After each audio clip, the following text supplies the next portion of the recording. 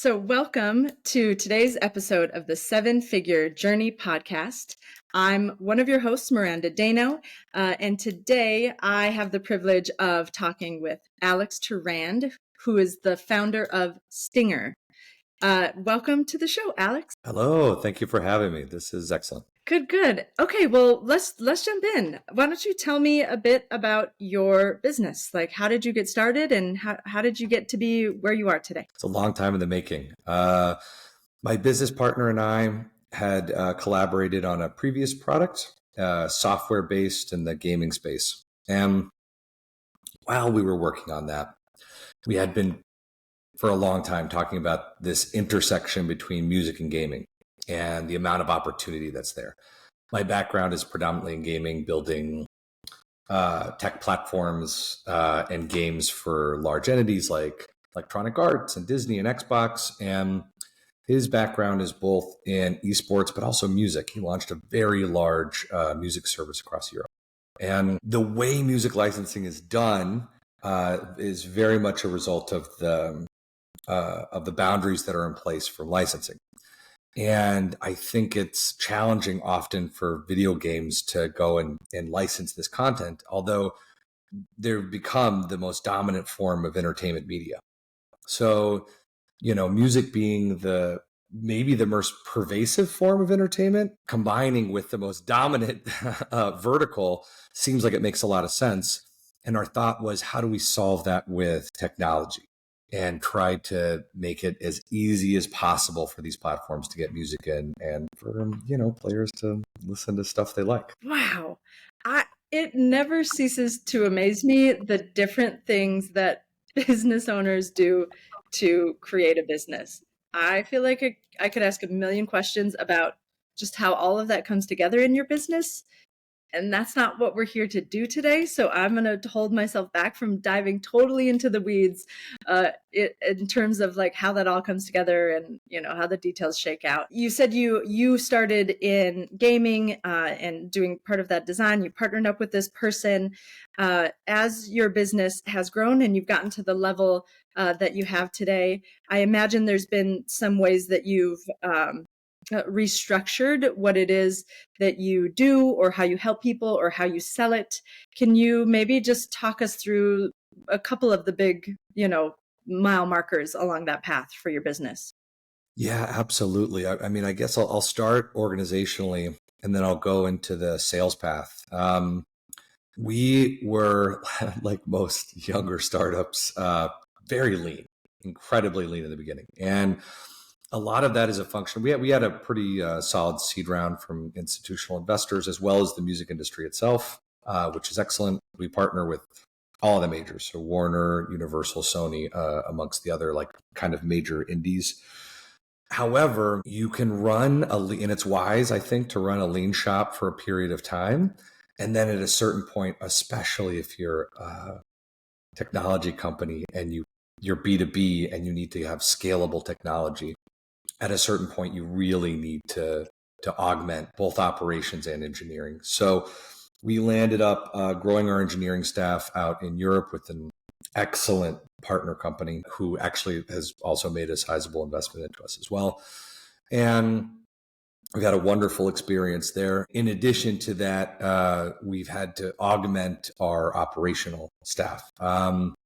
We kind of have two masters to serve. We have gaming and we have music. And being in the middle of it, our assumption was that a lot of these gaming platforms would very much have a strong POV in terms of the content they want. I mean, our catalog is not dissimilar from Pandora, Spotify. It's an enormous breadth of content.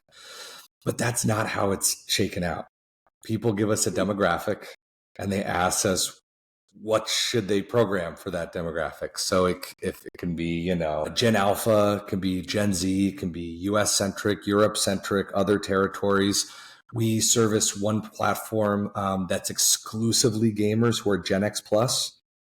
And the content is so different for all of these based on the geo, based on the demo. So we didn't start out being a programming company, but we have turned into a programming company as the need has arisen. And we've had to augment, our staff accordingly, people who have expertise in these areas and people who are comfortable with pipes. We are underground pipes for music. That's what we do. And that is, to a select handful of us, very exciting. And I think the key is trying to find people who find that exciting and want to lean into it.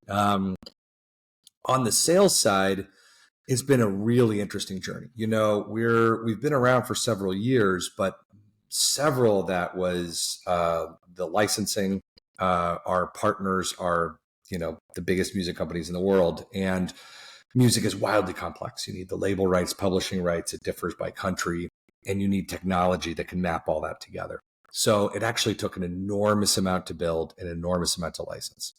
When people sign up for our service and when we service these large platforms, in addition to the tech, they're also getting our licenses. And we had to make an incredibly malleable structure that would just allow them to bypass having to do a lot of that themselves and simply be able to get it onto their platforms. That took years to structure. And we actually, in fact, even had to invent classes of music that just didn't exist for that vertical. So that was a challenge. A lot of the thesis initially was that we were going to service the long tail of the industry. I mean, there are millions and millions of games. iTunes alone has over 1 million games that have 1 million monthly active users. The marketplace is enormous. And we figured, hey, the big games and platforms, they'll figure this out themselves. And we're here to service this massive, massive long tail. And that simply is not where life has taken us. It is not necessarily even where the need has arisen. We started out doing that, and it was really long and really difficult. And we realized, in fact, our better use is enterprise. Our larger label partners started bringing us into these big game environments and saying, hey, these are, as opposed to serving the individual games, let's service the infrastructure that sits underneath them.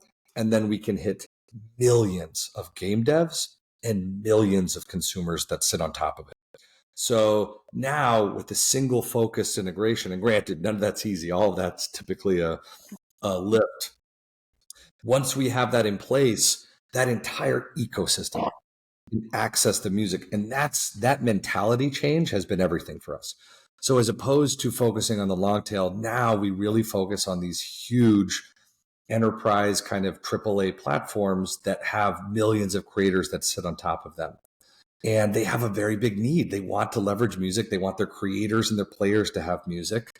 And, ideally, they want to try to make some revenue from it. So moving from long tail to enterprise, it changed, has completely changed our course. We'll never stop being blown away by, and I've touched on this before, like not only what people do to grow their businesses, but the things that you and your team have had to figure out in order to get your business to the level that it is silly, frankly. Sorry for my plain language, but it's crazy. So many other people would have been like, I don't know what that is. What? I don't know how to do that and set it up for it to, work for these giant businesses that we're now going to be working with.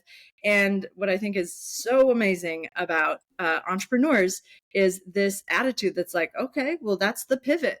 That's what we're going to go figure out now. Let's go do that. Let's go figure it out this way. So good on you for staying after it, right? Like good on you for seeing that idea through. It's amazing. Oh, thanks. Yeah, I think it's a combination of, I don't know, optimism and masochism combined. Like I was talking to this this group of game founders in San Francisco just 2 weeks ago, and one thing that we kind of aligned on was success is a function of staying alive. It's a function of time. I guess it's not dissimilar to just living your life, right? Like the longer you can survive, the better chance you have to succeed.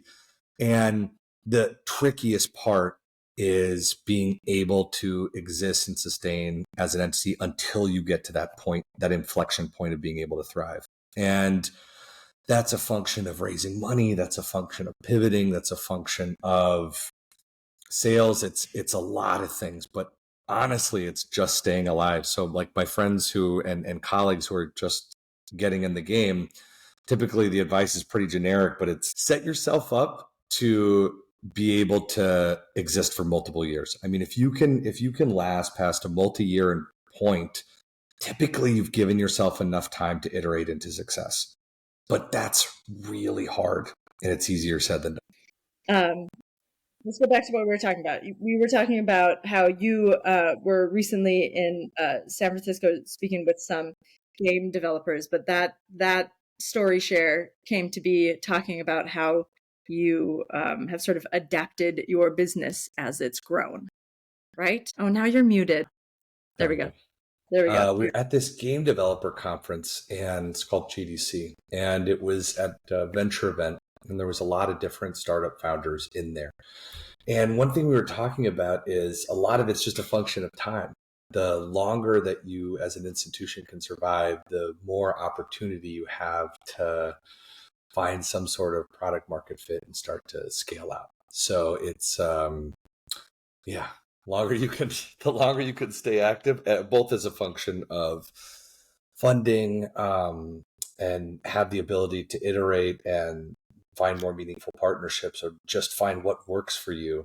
That's sort of the key. So I feel like you can't get discouraged. You just have to keep going, but also don't keep going on the wrong thing. If something's not working, just Yeah, keep iterating. I love that. I wonder if you could try to capture how you were able to keep your team engaged throughout that process. Not only engaged, but like excited or, I don't know, motivated, inspired to do that work alongside you. That's a great question. We found people who are very interested in the verticals themselves. We have people on the team who are hardcore gamers. We have people on the team who are music and audio files. Mhm. That tends to be a pretty good mix for us. But a lot of it is sharing transparency and sharing the successes and the failures. And that was a big learning, actually, where if until we had successes, we would stay sort of radio silent. We would just have the team kind of churning and burning. But in reality, that's not how you get groups to feel invested. I think they like to understand the ups and the downs. And I think there's a high tolerance to know that there's peaks and valleys, there's success and failures. And as long as they're in the loop, not only are they more invested, but they can brainstorm, right? They can come up with ideas. You don't have to live in sort of this myopic world. You have a team there to support you if they know what's going on, if they have transparency into what's happening. The wheels can keep turning. So a lot of learning for me was trying to share as much as I could, as often as I could, back into the team, so that they felt engaged. They felt like they're a part of the process. And indeed, reality, so they are a part of the process, right? So that they're there helping you like overcome these challenges, and you're brainstorming together. I love that. We talk to business owners at Elite. We talk to business owners all the time, and that idea comes up often, right? When you're new to figuring out leadership, and when you have, your first sort of small team, sometimes it's hard to see how that all plays out in the longer run, right? And you think, well, why are they going to care about these things? And why would I put it on them if I'm worried about this particular thing in my business? And I guess maybe that's not quite the right way to think about it, right? It's more like, hey, you have these people in front of you and they care because they're there working in the thing, doing the thing with you. So, Yeah. give them the benefit of the doubt, kind of, right? And give them an opportunity to feel like they're a bigger piece than they would feel otherwise. Does that ring Yeah, true for you? absolutely. I think so. And I think for not only the best companies, but the best employees, right? Like a job is more than just money. It's the ability, you spend so much time doing it. It's the ability to problem solve, and it's the ability to grow and overcome hurdles, and you know, leaning on your team to help you do that is is a part of the success. And trusting them with the information too, so that they can make an informed decision. I think when people get in a bad place when they feel like they're not able to make an informed decision because they don't have all the correct optics in. And that's when you get people going, underground, as they say. That's when you get people who are start to get a little more disengaged. And that's not good for them. That's not good for you as a company. You want a place, I think, where people can thrive, and thriving comes from participation. For sure. So, if you had one more lesson that is coming to mind in terms of what you've learned about your leadership as you've grown your business, I don't know, what's the next thing that comes to mind? What's the next biggest sort of lesson learned when you think about how you've grown your team? It might be, this is more as it relates to the business, and it might be very specific to us. We're kind of B2B and B2B2C, which is its own unique animal. Sure. But leaning on our partners, like our partners primarily are these huge music labels and publishers and gaming platforms, and they know their audiences really well. They know their music labels, know their artists, but they also are master marketers. And they've seen a lot of things come and go and have a very strong sense of what works and what doesn't. And for these massive game platforms, I don't think there are companies that know their audience more intimately than gaming companies. And that's not in the form of like personal information. That's in the form of, in a game, you are trying to build an environment that's fun, and people only come if they enjoy being there. That's actually a really, really difficult thing to do. And they have folks who are masters at this, right? Designers, product managers, marketers. And these two folks can tell you what will be successful, or help, at least at the very least, guide you into what will be successful. So having leaned on and worked very closely with our partners has been successful for us. Not only the game platform side, but in particular with the music labels as well.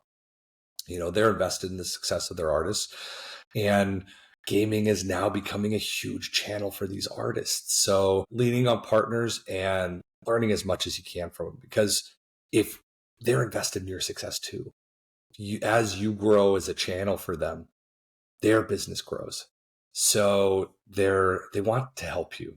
You have to just let them. It can't be adversarial. It has to be in the spirit of partnership. And that's particularly amongst the major rights holders. That's actually been very successful for us.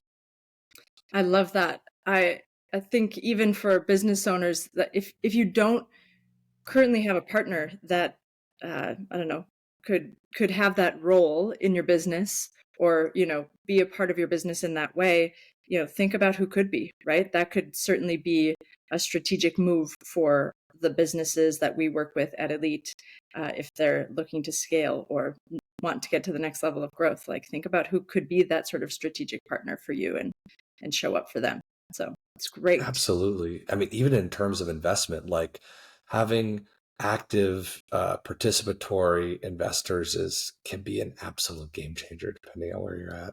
Yeah, that's great. Great feedback. How about maybe on the other side of that coin, what's maybe one of your biggest challenges when you think about the growth of your team as you've grown? That's a good question. I think knowing where to focus, because once you hit an inflection point and a lot of business is starting to come towards you, for us, a lot of that means onboarding of new platforms. And at first, when you're trying to secure your first initial handful of partnerships, it's so challenging, right? But then once you find that market fit, then you start to develop a queue. And having a queue of partners, at least again, speaking just for sort of the B2B side of things, having a queue of partners is excellent, right? How exciting that you have all these folks that are clamoring to use your service. But each one of those takes a percent of time. and knowing how to focus and knowing the order of operations in terms of how to onboard those is critical. And frankly, we're still learning. Like, we're in a nice place where there's a lot of business, and a lot of these platforms are starting to see the value of music, and particularly like the things it does for them. People stay longer, they retain better, they have longer session lengths. Like, if you like what you're listening to, it just changes the game in a lot of ways. Retail has known this for a very long time, but it also proposes like an operational challenge and a business challenge in terms of how do you focus your time, and how do you take on enough so that you're growing, but also ensure that you don't take on too much, that your partnerships that you have in place are not successful. Like, delivering on your promises for the existing partners is critical. And you should only be onboarding services in so much as you feel confident that you can really give them a good experience, because that will affect your success, that will affect your reputation. A lot hinges on that. It's great. So when you think about your business, how were you so far been able to focus? How do you pick? How did you pick? How did you know you were focusing on the right things?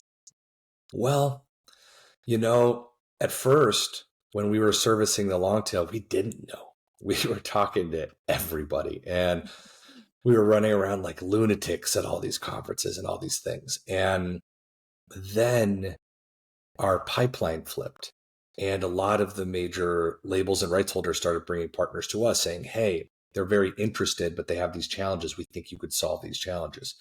So the product market fit started to find us. And then it became very apparent what that partner looks like and what they need and what they want. And that totally changed our outlook and has adjusted our mentality. So now we take that cue that comes in, that inbound, and we evaluate it based on, first and foremost, are we able to deliver a really good thing for it? Can we come up with an idea that's awesome, that players will like, that they'll pay for, or that they will highly engage with, which is, something that's fun in a video game, and something that they'll enjoy. And then a couple other vectors, like how does it play to us in terms of technology? We have a very like malleable API structure, but even that, obviously there's always things you'll need to build from time to time. And what does the landscape look like? What does the environment look like? So it's easy to pick partners just based on size, but actually we like to pick them based on fit as well.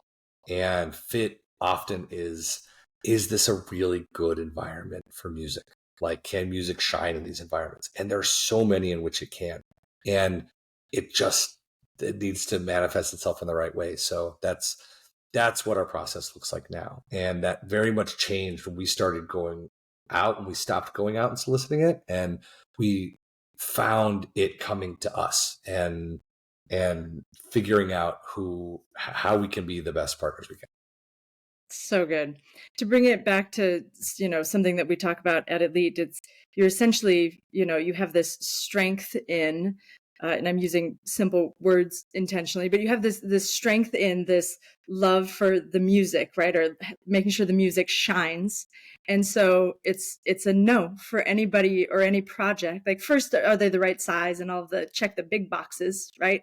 And then the next part of the conversation is, does it enable us? Does this work enable us to do this thing that we love, where, we can let the music shine? That's more of like the fit, as I see it, more between like, the values, like the culture more of your business, and how you show up and do the work, and how that connects with the people you're working with. Does that seem true? Oh, that's exactly right. Music is a really interesting digital asset. It's emotional. It's heavily emotional. And I almost think about it like a ring or a piece of jewelry. If the stone is phenomenal, you're just putting a house around it, but it'll do the work. The stone will do the work. It's the same with music. And we just need to find these environments that it'll shine in. And it's not hard. It's not hard with music. But that's become a part of our prioritization. Love it. So good. Okay, so one more question before I kind of wrap this up. Um, I wonder if you're up for sharing with our audience what the next big obstacle is for you and your team. What's the next, thing that you're trying to figure out? A lot of it is how do we get faster in terms of onboarding these big platforms. Now that we're dealing with predominantly larger enterprise size platforms, how do we increase the speed? We don't, like any business, we don't want it to be linear. One goes after the other, goes after the other. The best situation is if it's concurrent. Hey, let's get all these onboarded at the same time. That is what we're working on operationalizing right now. And it's a good problem to have, but it's just different. It's different when you have to support multiple things at the same time. I suspect, I mean, that's for us, a software company, but to be honest, I don't imagine it's terribly different for retail or franchisees. Once you start to have all of these separate entities or separate projects or separate sources and streams coming in, how do you manage all of them appropriately? That is challenging. And it rolls all the way into how you organize yourself on a weekly basis with your teams, how the team structure is set up. Do you take a centralized approach? Do you have silos, platform or vertical silos? There's a lot of questions to ask. And I think the answer is different for every business, but that's one that we're working on right now is what is the best way to support all of these and move faster with them because the demand is growing. If I pushed you to take a crack at it, if you had to try to articulate how you think your team will change in order to support this, what do you think? What's your first sort of reaction as to how your team will change to make it happen? I would have to say probably two things. One, I suspect as more of these big platforms come on, we're going to have probably an account management discipline around those platforms to ensure that they're constantly getting the best service they can. And also, the reality is, I think we're going to have to start leveraging tools, and more so than we do now. A lot of that has to do with programming, right? Think of it like there are hundreds of millions of songs out there, and making sure you get the right one at the right time and also refreshing it on a regular cadence. That's very much a highly curated human process right now. We do that consciously, but eventually this is where things like AI are going to have to come in and assist, at least with that, with things like the curation process, because managing that many streams at the same time, music is best when it's refreshed, when it's dynamic, right? And we don't ever want to lose that. So I think we're going to need to dig deeper into tool sets that will help facilitate that. So interesting.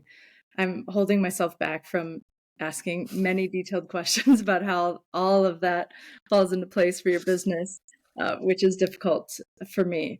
But thank you so much for what you have shared. I think that what I think is so inspiring, really, about the work that I do and the people that I get to talk to every day is a lot of the principles and ideas that you mentioned really can make sense regardless of the business. And there are very specific, interesting details about your particular business that I haven't even begun to dive into.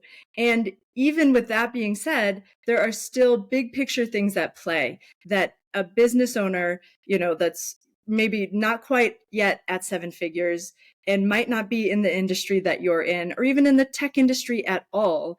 And still, some of those ideas reign true, right? Isn't it funny how those things seem to, I don't know, make sense regardless of what it is that you're into? And to me, I see that as inspiring, right? Like, oh, he figured that out for his business, and what he has going on, I can figure it out over here with what we're doing, right? Oh, absolutely. I think a lot of this stuff is portable, and that's what makes it exciting. I think that's why, regardless of how challenging it is, you see people when they leave startups or when they, have exit or change of ownership or something like this, they do it all over again. And having gone through the process, you're like, oh my God, why? It's it's so challenging, but but also there's nothing like it. It's fun. It's fun. And figuring all that out again in a completely new expression, in a completely new vertical is fun. Same learnings, but they need to be applied in different ways. Yeah, that's cool. So good. Well, can you please share with our audience how they can connect with you and your business if they want to know more? Yeah, of course. We have our website, www.stynger.com. Also, feel free to reach out to us on LinkedIn or Twitter or any of our social accounts. If you are to music and gaming, let us know. That's what we do every day, all day. So looking forward to keeping it going and having a lot of new fun things launch throughout the rest of the year. All right. Well, that wraps up today's episode of the Seven Figure Journey podcast, where we explore the ins and outs of the seven figure journey. Thank you so much for being a great guest on our show today. I've really enjoyed chatting with you and getting to know you. For all of you listening in, I hope that you will share, like, and do all the things to make this episode more available to other seven-figure business owners. Keep striving, keep caring, and keep pushing towards your goals. Until next time.